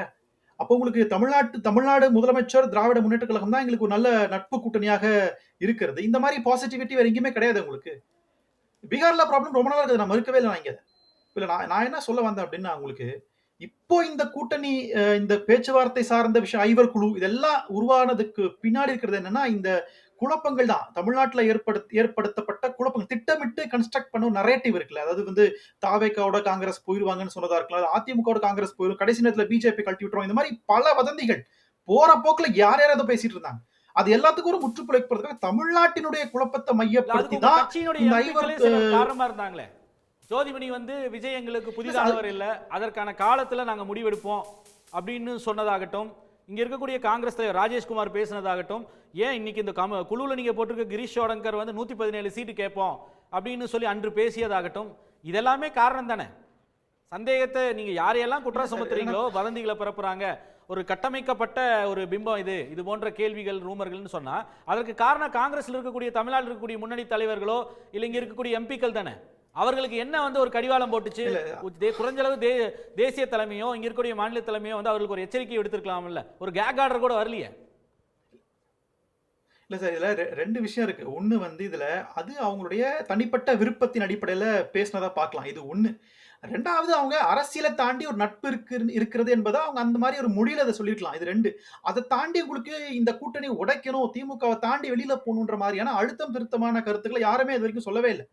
அது 2வது சீட் அதிகமா வாங்கணும் அல்லது ஆட்சி அதிகாரத்தில் பங்கு போன்ற விஷயங்கள்லாம் காங்கிரஸ் தொண்டர்களை உற்சாகப்படுத்துவதற்காக சொல்லப்பட்ட கருத்துக்கள் தானே தவிர, அது வந்து நாங்க நிச்சயமாக அத நாங்க கேட்போம், அல்ல அதை நோக்கி தான் நாங்க செல்வோன்ற மாதிரியான எந்த விதமான கருத்தும் அதிகாரப்பூர்வமாக அகில இந்திய அளவுல இருந்து வரல. ஒரு ஏன்னா ஒரு சின்ன காங்கிரஸ் விளக்கம் வந்து மட்டும் தேசிய கொடுத்துருங்க. கட்சி. அது அவர்கள் தனிப்பட்ட கருத்து, அவர்கள் உரிமையின் அடிப்படையில் சொன்னாங்கன்னா, சசி தரூர் அவர்கள் வந்து மோடியை பாராட்டுவதும் சரி, அவர்களுடைய ஆட்சிக்கு நற்சான்று கொடுப்பதும் சரி, அவருடைய தனிப்பட்ட கருத்து, அவர் பாராட்டுறாருன்னு சொல்லி அதை வந்து இக்னோர் பண்ணிட்டு போலாமே. எதற்காக கடும் எதிர்வினை வந்து காங்கிரஸ்குள்ள இருந்து வருது? கட்சியில் இருக்கக்கூடியவர்கள் ஆர்எஸ்எஸ் சித்தாந்தத்தோட ஒரு 25 பேர் இருக்கிறார்கள், அவர்களை நீக்கணும், அவர்களுக்கு வேண்டாம் இஷ்டம் இல்லைன்னா வெளியில போயிடுங்கன்னு ராகுல் காந்தி சொன்னதா ஒரு செய்தி வருது. இதெல்லாம் வந்து எதற்காக வரணும்? அவர்களுடைய தனிப்பட்ட உரிமைன்னு சொல்லி விட்டுட்டு போறாமே, அவ்வளவு டெமோக்ராட்டிக்கா இருக்கணும் இவர்களை விட்ட மாதிரியே. இல்ல அப்படி அத அப்படி பார்க்க முடியாது. ஏன் அத அப்படி பார்க்க முடியாது? ஏன் அப்படின்னா காங்கிரஸுக்கும் பாஜகவுக்கும் இருக்கிற கொள்கை வேறுபாடு என்பது அது நேருக்கு எதிரானது. ஒயிட் அண்ட் பிளாக் அது இருக்கு. அப்போ அதுல காங்கிரஸ்ல இருக்கிற ஒருத்தர் பாஜகவையோ அல்லது மோடியையோ ஆதரிப்பதோ புகழ்ந்து பாராட்டுவதையோ ஒரு காலம் ஏற்றுக்கொள்ள முடியாது. ஆனா தாவேகா என்ன கொள்கைன்னு யாருக்கும் தெரியலையே இங்க. அப்போ அப்போ நீங்க அந்த கொள்கை தெளிவே தமிழ்நாட்டுல இல்லாம தான் அவங்க அரசியல்ல பயணிக்கிறாங்க. அப்போ இதுல அவங்கள தனிப்பட்ட முறையில பர்சனலா வந்து ஆதரிக்கிறதோ அல்லது வந்து அரசியலை தாண்டி நட்பு இருக்கிறது அந்த மாதிரி விஷயங்களை பேசுறது எந்த வகையிலும் வந்து அதாவது பொலிட்டிக்கலாவும் ஐடியாலஜிக்கலா பார்க்க வேணான்றதான் என்னோட பாயிண்டிங்க. அப்போ இங்க நாங்க தெளிவா ஒரு புரிதல் இருக்கிறோம். 2021 இருக்கட்டும், 2019 இருக்கட்டும், 2024 இருக்கட்டும், எல்லாமே ஒரு விக்டரி அலைன்ஸ் தான், வெற்றி கூட்டணி தான். தமிழ்நாட்டுல சமூக நீதி, மாநில சுயாட்சி இது எல்லாத்தையும் பாதுகாக்கிற ஒரு கூட்டணியாக இருக்கிறது. இன்னொன்னு ஒரு கேட்டலிஸ்ட் ஃபோர்ஸா நான் ஏற்கனவே சொன்ன மாதிரி ஒரு ஃபோர்ஸாக இருக்கிறது. தமிழ்நாட்டுல ஒரு 20% ஓட் பேங்க்ல இருந்து எலெக்ஷன் நம்ம ஃபேஸ் பண்ண போறோம். காங்கிரஸும் திமுகவும் சேர்றதுனால 20%ல இருந்தா நம்ம ஓட்டே ஆரம்பிக்க போகுது. அது ரிசர்வ்ட் ஆல்ரெடி. அப்போ உங்களுக்கு இந்த மாதிரியான ஒரு வாய்ப்பு எதிர்க்கட்சி கிடையாது. ஏன்னா இன்னைக்கு அதிமுக தலைமையிலான கூட்டணியா அல்லது பாஜக தலைமையிலான கூட்டணியா இன்னும் அவங்க முடிவு பண்ணல. அங்க யார் முதலமைச்சர் வேட்பாளர் அங்க இன்னும் முடிவு பண்ணல. தாவேகா கூட்டணிக்கு போறாங்களா, தனித்து நிக்கிறாங்களா, அவங்க கொள்கை என்ன, பாஜக எந்த அளவுக்கு சின்சியரா இருக்கிறாங்கன்ற போன்ற விஷயம். பட் இது அப்படி இல்ல உங்களுக்கு. இதுல வந்து காங்கிரஸ், விடுதலை சிறுத்தைகள், இடதுசாரிகள் ரவீந்திரன் துரைசாமி, அதாவது ஒன்று தாவேகா மேல இருக்கக்கூடிய நம்பகத்தன்மை வந்து குறைவா இருக்கு, அவர்களுடைய கொள்கை உறுதிப்பாடு குறைவு. இன்னொன்று ஒரு ப்ரூவன் அண்ட் டெஸ்டட் அலையன்ஸ் வந்து டிஎம்கேவோட இருக்கு. அதை எதுக்கு டிஸ்டர்ப் பண்ணணும்? நாங்கள் என்றைக்குமே சொல்ல, ஒரு சிலர் தனிப்பட்ட முறையில் அவங்களுடைய கருத்துக்களை சொன்னாங்கன்னு சொல்லக்கூடிய ஒரு விஷயம் ஒன்று இருக்குது. இன்னொன்று, இது மித்தவர்களுக்கான வாய்ப்பை எப்படி உருவாக்குது? இப்போது டிடிவி தினகரன், ஓபிஎஸ் போன்றவர்களுக்கு பெரிய வாய்ப்பு, அவர்கள் திருப்பி என்டிஏக்கு வந்து இழுக்கப்படுவார்களா பிஜேபியால், இல்லை விஜய் நோக்கி தான் வந்து அவங்க கிராவிடேட் ஆகுறாங்களா, அவர்களுக்கு அங்கே கூடுதல் வாய்ப்பு கிடைக்கிறதுக்கு ஒரு வாய்ப்பு விண்டோ ஓப்பன் ஆகுமா? இது போன்ற கருத்துக்கள் சொல்லப்படுது. அது இதோட எதிரொலி வந்து மித்த கூட்டணி கட்சிகளுக்கோ இல்லை மித்த கூட்டணிகளுக்கு என்ன தாக்கத்தை ஏற்படுத்தும் அப்படின்றத கொஞ்சம் விளக்குங்களேன். இதில் திமுக அணி வந்து இன்டாக்டாக இருக்கிறது வந்து ஓபிஎஸ்ஸை பொறுத்தவரை அவர் திமுக ஆப்ஷனையும் ஓப்பன் பண்ணியிருக்கிறாரு. அவர் விஜய் ஆப்ஷனை ஓபிஎஸ் ஓப்பன் பண்ணலை. அவர் வந்து திமுக கூட வரக்கூடிய வாய்ப்புகளை வந்து அதிகரிக்குது. டிடிவி தினகரனை பொறுத்த அளவில் விஜய் ஆப்ஷனையும் ஓப்பன் பண்ணியிருக்கிறாரு, திமுக ஆப்ஷனையும் ஓப்பன் பண்ணியிருக்கிறார். குறிப்பாக கரூர் விவகாரத்தில் அவர் விஜய் சைடே நிற்கல, திமுக சைடில் நின்று தான் டிடிவி தினகரன் தன் கருத்தை சொல்கிறாரு. விஜய்ங்கிற ஒரு க்ரௌட் புல்லரை வந்து எடப்பாடிக்கு எதிராக பயன்படுத்துகிறாரே தவிர தான் வந்து கிறிஸ்டல் கிளியராக விஜய் ஆப்ஷனில் விஜய் சிஎம்னா ஏற்றுக்கிட்டு போவோங்கிற ஒரு கருத்தை சொல்லலை. அவரோட பேச்சிலிருந்து பார்க்கும்போது அவர் டிஎம்கே ஆப்ஷனையும் விஜய் ஆப்ஷனையும் தான் அவர் ஓபன் பண்றாரு. இதை தாண்டி டாக்டர் ராமதாஸ் வாய்ப்பு இருக்கு, அப்படிதான் வந்து வரக்கூடிய தேர்தல் போக போகுதுன்னு வந்து வெளிப்படையா டிவி சொல்றாரு. கடந்த சில நாட்களாக பேசும்போது திமுக மேலான விமர்சனத்தை வந்து கொஞ்சம் கூர்மைப்படுத்துறாரு. அப்போ அவருக்கு ஒரு இன்ட்ரெஸ்ட் நேச்சுரலா டிவிகே மேல இருக்கோ, திமுக மேல உள்ள விமர்சனத்துல வந்து அவர் வாய்ப்பு இருக்குல்ல. அண்ணா திமுக கேம்ப்ல இருந்தாலும் கூட அவர் திமுகவை சாப்டன் பண்றதே திமுக ஆப்ஷன் அவங்களுக்கு இருக்குங்கிறத காட்டுது. விஜயை பயன்படுத்தி அவங்க திமுக ஆப்ஷன் ஓப்பன் ஆகும்னா அவங்க அதை ஏற்றுக்கொள்ள தயாருங்கிற லெவலில் தான் இருக்காங்க. காரணம், மு.க. ஸ்டாலின் கொடுக்கறது எம்பி போஸ்ட், எம்எல்ஏ போஸ்ட்னு 3 தேர்தலில் முடிவானது தான் காரணம். இதில் ஒரு ஆப்ஷனை ஓப்பன் பண்ணிட்டு அது ரிஜெக்ட் ஆனால் அது தங்களுக்கு அவமானங்கிற இடத்துல ரொம்ப காஷியஸாக தான் ஒவ்வொரு பிளேயர்ஸும் இருப்பாங்க. அந்த இடத்துல தாவேகாவும் ரொம்ப காஷியஸாக சகோதரர் கந்தசாமி சொல்கிற மாதிரி தங்களோட நிலைப்பாட்டை வெளிப்படையாக காட்டும் போது ரொம்ப காஷியஸாக தான் இருக்கிறாங்க. குறிப்பாக அவங்களுக்குள்ள இன்னொரு பிரச்சனை என்னென்னா, திமுகவையும் எதுக்குறோம் பாஜகவை எதுக்குறோம்னு சொல்லும் போது அதில் பேலன்ஸ் பண்ணுறதுல அவங்க ரொம்ப சிரமப்படுறாங்க.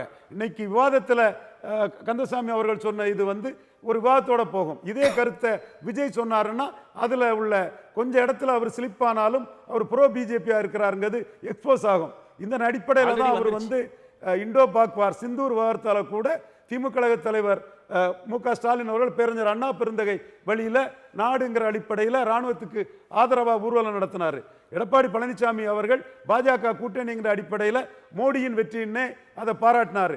ஆனால் எனக்கு தெரிந்தவரை இதுல ஒரு மிகப்பெரிய தேசிய பிரச்சனையில விஜய் அவர்களோட கருத்து என்னன்னு இதுவரை எனக்கு தெரியல. காரணம் திரு ரவீந்திர அதுல துரைசாமி, கருத்து ஒரு சொல்லும் முக்கியமான போது ஒரு கேள்வி வகையில அது என்னன்னா, இப்போ பாஜக இவ்வளவு ஆதரவா சொல்லியும் கூட சொல்லிட்டாங்கன்னு ஒரு ரவீந்திர துரைசாமி, அதாவது நீங்க பவர் ஷேர் வரைக்கும் ரெடியா இருக்காரு விஜய். ஆனால் இதுவரை எந்த கட்சியும் வருவதற்கு தயாரா இருக்கிறது இல்ல. ஒன்று, அவருக்கு பெரிய ஹைப் இருக்கு. நீங்க சொல்ற ஒரு விஷயம் உண்மை, அவர் டெஸ்டட் கிடையாது, நாட் ப்ரூவன். அவர் அதுல மாற்று கருத்தில் இதுவரைக்கும் தேர்தல் களம் காணல. உள்ளாட்சி தேர்தல் அங்கொன்று இங்கொன்றுமா அவர் நின்று வெற்றி பெற்றதை தவிர கட்சியாக வந்து ஒரு பெரிய தேர்தலை சந்திக்கல. இருந்தாலும் அவருக்கு ஒரு பெரிய பாப்புலாரிட்டி இருக்கு, பெரிய அளவுக்கு ப்ரொஜெக்ஷன் இருக்கு, பெரிய வாக்கு சதவீதம் வந்துரும் எல்லாம் சொல்லப்படக்கூடிய கணிப்புகள் இருக்கக்கூடிய ஒரு சூழல்ல ஏன் கட்சிகள் வருவதற்கு தயக்கம் காட்டுவதற்கான காரணம் என்ன? அவர் டெஸ்டடா இல்லைன்றதுனால தானா, இல்ல வின்னபிலிட்டி குறைவா இருக்கு அப்படின்ற காரணமா, என்ன காரணம்? இல்ல அமைப்பு ரீதியா பலவீனம் இருக்கு அப்படின்ற காரணமா? அமைப்பு ரீதியான பலவீனம், டெஸ்டடா இல்லைங்கிறதும், அவர் வந்து மக்களவை தேர்தலை 2024 கட்சி ரெஜிஸ்டர் பண்ணாமலே வெறும் சிஏ எதிர்ப்புன்னு சொல்லி அவர் வந்து வேடிக்கை பார்த்திருக்க கூடாது. ஒரு அரசியல் கட்சியா வரக்கூடியவர் அதற்கு முன்பே அவர் ரெஜிஸ்டர் பண்ணி 24 வந்து அவரோட பலத்தை அவர் நிரூபிச்சிருக்கணும். இன்னைக்கு வந்து அவரோட பலத்தை நிரூபிக்கிறதுக்குள்ள ஒரு தேர்தலா தான் 2026 அவருக்கு இருக்குது. க்ரௌட் புல்லர் எல்லாம் ஓகே, பட் அவரோட பலம் என்னங்கிறது 26 தேர்தல் ஆணையம் தான் சொல்ல முடியும். ஸோ பலம் தெரியாம யாருமே அங்க பேச்சுவார்த்தை நடத்த முடியாது. இப்போ தினகரனே பேசினாலும் கூட உங்க பலம் தெரியாது, எனக்கு 60 சீட்டு கொடுங்க 70 சீட்டு கொடுங்கிற என்ற கோரிக்கையை தான் முன்வைப்பார். கிருஷ்ணசாமி பேசினா கூட தென் மாவட்டத்தில் எனக்கு 30 சீட்டு வேணுங்கிறது தான் கேட்பார். ஸோ இந்த சிரமம் தாவேக்காவுக்கு தெளிவாகவே இருக்குது. அதுல அவங்க பலத்தை நிரூபிக்காம கூட்டணி சொன்னதுனால தான் இன்னைக்கு அவங்களோட கூட்டணிக்கு யாரும் வராத ஒரு பரிதவிப்பு அவங்களுக்கு இருக்குதுங்கிறதா நான் உணர்றேன். அந்த இடம் அவங்க பப்ளிசிட்டிக்கு அவங்க பயன்படுது. காங்கிரஸ் போயிருமா, இங்க தாவேக்காவுக்காக பிஜேபியை கலத்தி விட்டுட்டு எடப்பாடி சேர்த்துக்குருவாரா, இவர் டிடிவி அங்க சேருவாரா போன்ற அந்த கேசிய செய்திகள் இதுக்கெல்லாம் ஒரு விளம்பரம், ஒரு திரைப்பட கலைஞராட்டு, ஒரு பெரிய ஹீரோவாட்டு அவரோட ஹீரோயிசத்துக்கு அந்த விளம்பரம் பயன்படுதே தவிர நடைமுறையில் பலம் நிரூபிக்காத ஒருத்தர் கூட பேச்சுவார்த்தை வரும்போது தான் யாருமே இவருக்கு பலம் என்னன்னு அசஸ் பண்ண முடியாம அந்த பேச்சுவார்த்தை வந்து ஃபெயிலியர் ஆகுங்கிறது தான் யதார்த்த உண்மை. அதை தேமுதிக பிரேமலதா அம்மையார் ரொம்ப தெளிவாக சொல்லியிருக்கிறாங்க. டிடிவியை பொறுத்தளவில் எடப்பாடியை மார்ஜினைஸ் பண்ணுறதுக்கு இவர் விஜய் பிம்பத்தை பயன்படுத்துறாரு. உண்மையிலே அவர் கூட்டணி வரும்போது தான் அவருக்கு டிமாண்டு, விஜய்க்கே தலையை சுத்தம். நன்றி நன்றி ரவீந்திர சாமி. இதற்கிடையில் வந்து மக்கள்கிட்ட ஒரு கருத்து கேட்டிருந்தோம். தமிழ்நாட்டில் எந்த கட்சியோட கூட்டணி என்பதில் வந்து பற்றி அவ்வப்போது அரசல் புரசலாக வெளியிடப்படும் செய்திகளுக்கு முடிவு கட்டப்பட்டிருப்பதாக சிதம்பரம் கூறியிருப்பது, திமுக கூட்டணியை விரும்புவதால் விஜயுடன் சேர மறைமுக எதிர்ப்பு, இந்தியா கூட்டணியை நிலைநிறுத்த. ஏறக்குறைய 87% பேர் வந்து திமுக கூட்டணி விரும்புறது, இந்தியா கூட்டணி நிலைநிறுத்த அப்படின்றத உறுதிப்படுத்துறாங்க. திரு நாதன், இந்த இதுக்கும் சேர்த்தே உங்களுடைய கருத்தை சொல்லிடுங்க. 100% வந்து மக்கள் வந்து திமுக கூட்டணி, இந்தியா கூட்டணி இதை ஆதரித்து தான் கருத்து தெரிவிச்சிருக்கிறாங்க. இப்போ தமிழ்நாட்டில் இருக்கக்கூடிய எல்லா கட்சிகளும் ஏதோ ஒரு கருத்தை பேசுகிறது, அரசியலை பேசுகிறது, பிரச்சாரம் பண்ணுறாங்க, மக்களை சந்திக்கிறாங்க அப்படின்னு சொன்னால் அதை மக்களை சந்திக்கிறோன்னு சொல்ல மாட்டாங்க. கருத்து பிரச்சாரம், அரசியல் பிரச்சாரம், தேர்தல் பரப்புரை இப்படி சொல்கிறாங்க. ஆனால் விஜய் மட்டும்தான் தன்னுடைய பயணத்தை வந்து மக்கள் சந்திப்புன்னு சொல்கிறார். இது வந்து முக அரசியல். ஒரு மக்கள் மொழியில் சொல்கிறதா இருந்தால் ஒரு மூஞ்சி பொலிட்டிக்ஸ். அதாவது விஜய் தனது முகத்தை வந்து மக்களுக்கு காமிப்பார், மக்கள் வந்து அங்கேருந்து வந்து அவரை வந்து தரிசிச்சுட்டு வந்து செல்லணும். இந்த அரசியலை தான் அவர் வந்து செஞ்சுட்டு இருக்கிறார். அதுக்கே ஓட்டு வந்துருன்னு அவங்க நம்புறாங்க. ஆமாம், அதை ஒரு வைப்பாக வச்சுருக்கணும். அப்படி விஜய் நடந்து வருவார், நான் அடித்தா நீ தாங்க மாட்டேன், வீடு போய் திரும்ப மாட்டேன், இந்த பின்னணியில் பாட்டை போட்டு வந்து அவருடைய ரசிகர்கள் வந்து சமூக வலைத்தளங்களில் வந்து கொடுக்கறதுக்கான ஒரு நடவடிக்கை தான் அதில் நடக்குதே தவிர எந்த விதமான அரசியல் மயப்படுத்தலோ அரசியல் பிரச்சாரமோ அங்கே வந்து நடக்கிறதில்ல. அதனால தான் அது மக்கள் சந்திப்பு அப்படின்னு சொல்கிறார். அந்த மக்கள் சந்திப்புலேயும் கரூரில் பிரச்சனை ஏற்பட்டதன் காரணமாக இப்போ காஞ்சிபுரத்தில் வந்து உள்ளரங்கில் 2000 பேர் சந்திக்க போகிறாரு. இதுலேயும் வந்து அவர் நடந்து வராரு, டாட்டா காமிக்கிறாரு, தொண்டர்களை பார்க்குறாரு, ரசிகர்களை பார்க்குறாரு. இதை பின்னணி இசை போட்டு இதை வந்து அவருடைய ரசிகர்கள் சமூக வலைத்தளங்களை பரப்புவாங்களே தவிர எந்த கருத்து எந்த பிரச்சாரத்தையும் அவர்கள் செய்வதற்கு தயாராக இல்லை. நீங்கள் கேட்டது போல் வந்து களத்துக்கு போகிறோம், மக்களை சந்திக்கிறோம், நாங்கள் பிரச்சனை நெல் பிரச்சனையோ இல்லை துப்புரவு பணியாளர்கள் பிரச்சனை, சுகாதார பணியாளர்கள் பிரச்சனைக்கெல்லாம் வந்து நாங்கள் குரல் கொடுத்துருக்கோம், களத்துக்கு போயிருக்கோம், எஸ்ஐஆரில் கூட வீடு வீடாக போகிறோன்னு சொல்கிறாங்க. தொழிலாளர் பிரச்சனையை பற்றி பேசுகிறேன்னு சொல்கிறாங்க. இப்போ ஒன்றிய அரசு ஒரு சட்டம் கொண்டு வந்திருக்கு, 4 லேபர் கோடை நோட்டிஃபை பண்ணிட்டாங்க. ஆமாம், அதில் வந்து தொழிலாளர் உரிமைகளை வந்து பறிக்குதுன்னு சொல்லி கம்யூனிஸ்ட் தொழிற்சங்கங்களோ காங்கிரஸ் கட்சியோ மற்றவங்களாம் அதை கண்டிச்சிருக்கிறாங்க. இதை பற்றி சொல்லியிருக்கிறாரா? இந்தியா முழுவதும் இருக்கக்கூடிய கோடிக்கணக்கான தொழிலாளிகளுடைய உரிமைகளை பறிப்பது குறித்து விஜய் வாய் திறக்கல. குடியரசுத் தலைவர் ரெஃபரன்ஸ் கொஸ்டின் கேட்டதுக்கு வந்து மாநிலங்களின் உரிமை வந்து அங்கே பறிக்கப்பட்டிருக்குது, அந்த அப்சர்வேஷன் பற்றி வந்து எந்த கருத்தையும் வந்து சொல்லலை. இதையெல்லாம் பார்க்கும்போது விஜய்க்கு தேவை தன்னுடைய முகத்தை காமித்து ஒரு செல்வாக்கு, ஒரு பரபரப்பு, ஒரு ஸ்டார் இமேஜ், இதன் மூலம் அரசியல் செய்தால் போதுமானது அப்படின்றதான் அவருடைய கருத்து. அதைத்தான் அவர் செஞ்சிட்ருக்கிறாரு. இப்படிப்பட்ட சூழலில் விஜயோட ஏதோ ஒரு அரசியல் கொள்கையோ கருத்தோ இருக்கிற எந்த கட்சியும் கூட்டணி வச்சுக்க மாட்டாங்க. அவருடைய ஸ்டார் இமேஜை வந்து ஏற்றுக்கொள்கிறவர்கள் மட்டும்தான் கூட்டணி வைப்பாங்க. கந்தசாமி, காட்சி அரசியல் இல்ல கொள்கை அரசியல் தொழிலாளர் மாதிரியான சட்டங்களை தமிழக அரசு கொண்டு வரும்போது நீங்க என்ன கருத்து சொன்னீங்க? எதிர்த்து பேசியிருக்கேன் சார். 12 மணி நேரம் வேலை வாய்ப்பு, 12 மணி நேரம் கொண்டு வந்த போது கம்யூனிஸ்டுகளை ஏத்துக்கிறாங்க. விஷயத்திலும் கருத்து சொல்லலாம், சொல்லக்கூடாது அப்படிங்கிறது எனக்கு கிடையாது. அந்த நீங்க கேட்ட கேள்வியில நீங்க பழைய விஷயங்கள் கந்தசாமி ஒரு சின்ன நீங்க கேட்ட கேள்விக்கு ஒரு சின்ன இடையூறு மட்டும்தான், இடைமறிச்சு சொல்லிடுறேன். இதே போல சீர்திருத்தம் கொண்டு வரேன்னு சொல்லி ஒரு சட்ட மசோதாவை அறிமுகப்படுத்தினப்போ அன்னைக்கு பிரதான எதிர்க்கட்சி அதிமுக வெளிநடப்பு செஞ்சிருச்சு. அதை பற்றி பேசவே இல்லை, யாரும் உள்ள இல்லை. அன்னைக்கு எதிர்ப்பு தெரிவிச்சது 2 இடதுசாரிகளும் விடுதலை சிறுத்தைகளும். கடைசியில் அந்த மசோதாவை திருப்பி வாங்கிச்சு அவங்க தான் வந்து எதிர்த்தாங்க. இவர்கள் ஒத்த கருத்துல இருக்கிறது தான் நான் சுட்டிக்காட்ட விரும்புறேன். அன்னைக்கு அது நடந்ததுங்கிறது எனக்கும் தெரியும். ஆனா நீங்க கடைசி வரை இந்த மாதிரி பழைய பாலிடிக்ஸே பார்த்துக்கிட்டு இருப்பீங்க. இன்னைக்கு யூத் பாலிடிக்ஸ் வேற. அவர்கள் லேபர் இஷ்யூஸ் பத்தி யூத்துக்கு கவலைப்பட மாட்டாங்களா? லேபர் இஷ்யூ பத்தி, சென்னை மெட்ரோ பத்தி கவலைப்பட மாட்டாங்களா? எஸ்ஐஆர் பத்தி கவலைப்பட மாட்டாங்களா? போது திமுகவுடைய நிலைப்பாடு என்ன? ஏற்கனவே அவர்கள் இதே நிலைப்பாடை எடுத்தவர்கள் தான். அவர்கள்ங்கிறதை ஏன் சொல்ல மறுக்கிறீங்க? அவங்க பின்வாங்கி தேவைப்படும்போது திமுக எதிர்ப்பு தெரிவிச்ச அது அவங்க பின்வாங்கிக்கிறோம்னு சொல்லி சொல்லிருக்கணும்ல. நீங்க ஏன் பேசல இன்னைக்கு? இல்ல அவங்க வந்து பேசல, அவங்க பின்வாங்கிக்கிறோம், நாங்க அதை பின்வாங்கிக்கிறோம்னு சொல்லி அவர் அறிக்கையை விட்டுட்டு அந்த பில்லை வித்ட்ரா பண்ணிட்டாங்க, ரீகால் பண்ணிட்டாங்க. ஆனா இப்ப என்ன நிலைப்பாடு தாவேக்கான்னு கேக்குறாங்க, மெட்ரோ ரயிலுக்கு என்ன நிலைப்பாடுன்னு கேக்குறாங்க. அதுக்கு பதிலே வரலையே. இல்லங்க, நாங்க எல்லாத்துக்குமே அதத்தான் வந்து உங்க அரசு இன்னைக்கு திமுக அதுக்கு என்ன அறிக்கை கொடுத்திருக்கு? எதுக்கு நீங்க சார் நீங்க ஏன் கொடுக்கல? நீங்க வந்து எல்லாத்தையும் திமுக கொடுத்திருக்கு அப்படினு கேக்குறீங்க. திமுக தான் வழிகாட்டியா? திமுக கூட கம்பேர் பண்றீங்க இல்ல பிஜேபி கூட கம்பேர் பண்றீங்க? அப்ப அவர்கள் ரெண்டு பேரும் அத எதிர்த்து பேச மாட்டீங்களா? நீங்க ஏன் பேசலனா திமுக பேசலன்றத பத்தி பேசுறேன்றீங்க. இங்க பாருங்க, அன்னைக்கு திமுக பேசிருச்சு, நீங்க ஏன் பேசல மெட்ரோக்கு அப்படி நீங்க தான் கேட்டது. கொஞ்ச நேரத்துக்கு முன்னாடி கேட்டீங்க. மெட்ரோவுக்கு பாரதிய ஜனதா ஆதரிச்சது நீங்க தான். திமுக பேசிருச்சு, இதுல அளவுகோல் திமுக இல்ல. இன்னைக்கு பிஜேபி இல்ல ஏன் கேட்க இல்ல பிஜேபி ஒரு பயம் வந்துங்க. கந்தசாமி ஒரே ஒரு கேள்விதான், மெட்ரோவோ இந்த லேபர் கோட் நோட்டிபிகேஷன் எந்த பயமும் கிடையாது. நீங்க தான் இங்க ஈடி ரைடு வந்தா மோடி கால்ல போய் விழுந்துகிட்டு இருக்கீங்க. யாருக்கும் இங்க எந்த பயமும் கிடையாது. சம தூரத்துல வச்சிருக்கோம் திமுகவையும் பிஜேபியையும். இல்ல மெட்ரோ லேபர் கோட் நோட்டிபிகேஷன் ஆகட்டும், இல்ல எதிர்ப்பு இல்ல கவர்னர் ரெஃபரன்ஸ் இல்ல பிரசிடென்சி நான் கேக்குறது சார்ட்ட. இல்ல மெட்ரோக்கு திமுக அரசு சொன்னுச்சு, உடனே நீங்க ஏன் சொல்லலன்னா? இல்ல அவர் கருத்துக்கு நீங்க பதில் சொல்லிட்டீங்க. நான் உங்ககிட்ட கேட்க விரும்புறது, அது மெட்ரோ ஆகட்டும், இல்ல லேபர் கோட் நோட்டிபிகேஷன் ஆகட்டும், இல்ல பிரசிடென்ஷியல் ரெஃபரன்ஸ் ஆகட்டும், இது எல்லாமே மக்களும் மாநில இறையாண்மை சார்ந்த பிரச்சனைகள். அதுக்கு திமுக பதில் சொல்லுதோ சொல்லலையோ, மக்கள்கிட்ட நம்பிக்கையை கடத்தணும், கூட்டணி கட்சிகள்கிட்ட நம்பிக்கையை கடத்தணும்னா தாவேக்கா வாய் திறக்கணும். ஏன் விஜய் வாய் திறக்கலன்னு கேள்வி கேக்குறாங்க. அப்பதானே நம்பி வருவாங்கன்னு கேக்குறாங்க. ஏன் வரல? அதற்கு இல்ல அப்ப பதில் சொல்லாதப்ப பயம் நம்பப்படல. நீங்க திமுகவும் பயந்துகிட்டு இருக்குன்னு ஒத்துக்கறீங்களா? இல்ல திமுக பயப்படுதுன்னு திமுகவே ஒத்துக்கறீங்க. நீங்க திமுக பயப்படுதுன்னு ஒத்துக்கறீங்க. நீங்க மாத்தி மாத்தி பேசுறீங்க. மெட்ரோக்கு திமுக சொன்னுச்சு, அரசு சொன்னுச்சுன்னு பேசுறீங்க.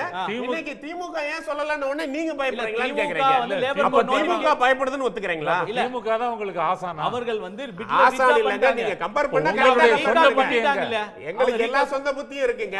எல்லா விஷயத்தையும் நாங்க பேசிக்கிட்டு தான் இருக்கிறோம்.